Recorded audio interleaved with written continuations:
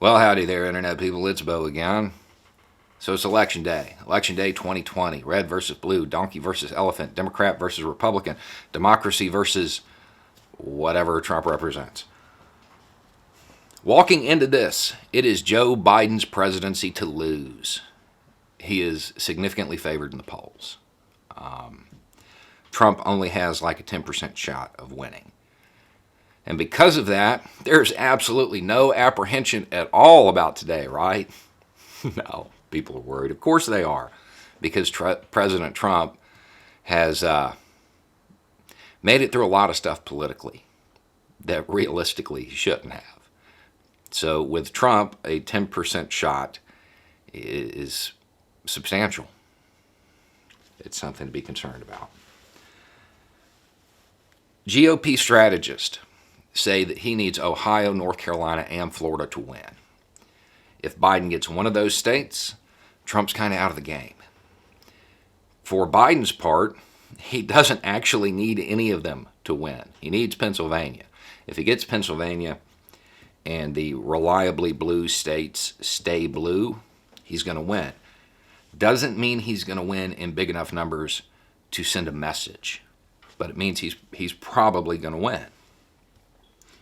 The problem there is that Pennsylvania, well, their results may not be back today.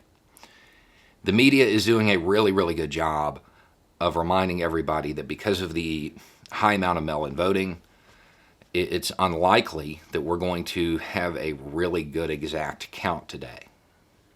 Okay? They're also doing a good job of reminding people to stay in line when the polls close. Now, the reason the media is telling everybody, hey, it's not over till it's over, is because of the reports suggesting that President Trump is going to claim victory early and just see if people will go with it. That shouldn't come as a surprise. He's made stuff up for 4 years. He's going to continue to make stuff up. That shouldn't be a surprise. Ignore it.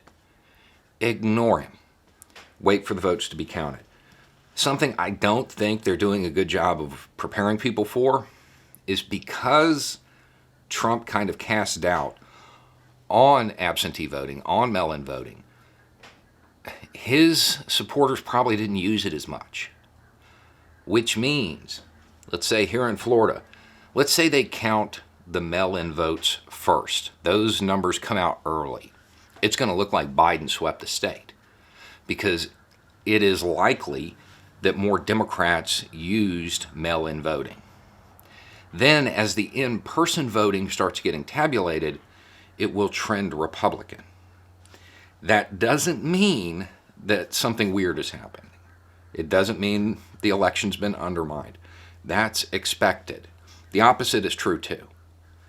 In areas where they're going to count the in-person vote first and then the mail-in votes, it may appear that Trump's winning when he ends up losing by a pretty big margin because the mail-in votes come in later.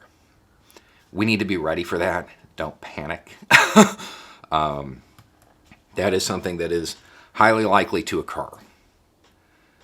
At the end of the day, this is a referendum on Trump. That's what it is. And we're going to see how it plays out. I will be live streaming later, and even though we won't have an exact count on who wins by the end of today, more than likely, we should have a good idea on how it's going. So I'll start live streaming later this evening and go until, I don't know, the batteries die or whatever.